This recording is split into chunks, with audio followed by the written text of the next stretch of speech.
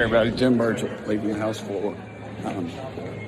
Several votes tonight, but the main one, of course, was raising the debt limit, and I voted against it. The proposal that we sent over to the Senate does not, in fact, cut the deficit. It actually adds, over 10 years, almost $19 trillion new dollars. It cuts the rate of growth. So that's not cutting the deficit, it just cuts the rate of growth. So anyway, I'm going to keep fighting for fiscal responsibility. All right, so really fascinating. Welcome back into Wake Up America. That was Tennessee Congressman Tim Burchett, one of only 4 Republicans who voted against House Speaker Kevin McCarthy's debt ceiling plan. The House vote really tight, 217 to 215, mostly, as you just saw, along party lines. Joining us now for more on why he voted against the bill is Congressman and member of the House Oversight, Foreign Affairs and Transportation Committees, Tim Burchett. Sir, great to have you with us again. So you said in that clip that we just played that the plan does not reduce our nation's debt. Take us through why you voted no on this. Well, we're at a state in this country, I think, that we just need to be responsible, ma'am. We're not being responsible. And, to say we're cutting the rate of growth, and that's a sucker's bet. That's a freshman accounting trick. And, I mean, that's Washington accounting, because the reality, it's growing at an exponential amount.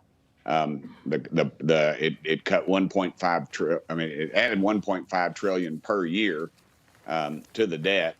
And we just can't keep going this way. We've got the majority. Let's if we have to, let's slow this thing down. I think we need to bring the president to the table. Speaker McCarthy was masterful in getting all the things that he did get in the bill, but to me, it didn't go far enough. And we're just voting for more debt, and we can't do that. We are in serious trouble, and I don't think people realize it. Yeah, so Congressman, that's my next question. Treasury Secretary Janet Yellen said over the weekend that the U.S. could default on its debt as early as June the 1st. Joe Biden then inviting congressional leadership to the White House next week. But yesterday, Karine Jean-Pierre basically said that the White House will not negotiate on the debt ceiling. So why even have a meeting? Well, it's disingenuous to the president. In 2011, if you remember, he was the chief negotiator on the debt ceiling for then President Obama when he was vice president. So I feel like the president's being disingenuous in the whole thing. It's just it's like a bunch of little kids. It's a bunch of kids, and it's playing out on the world stage. And you have Janet Yellen out there. Who knows? I mean, these people have so far left leanings. They're close to Marxist.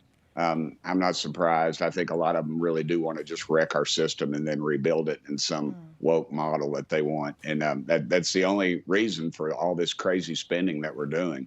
Because, the things that the Republicans asked for were reasonable. Medicaid, 20-hour work week, if you're able. Those are the kind of things that you should be looking at.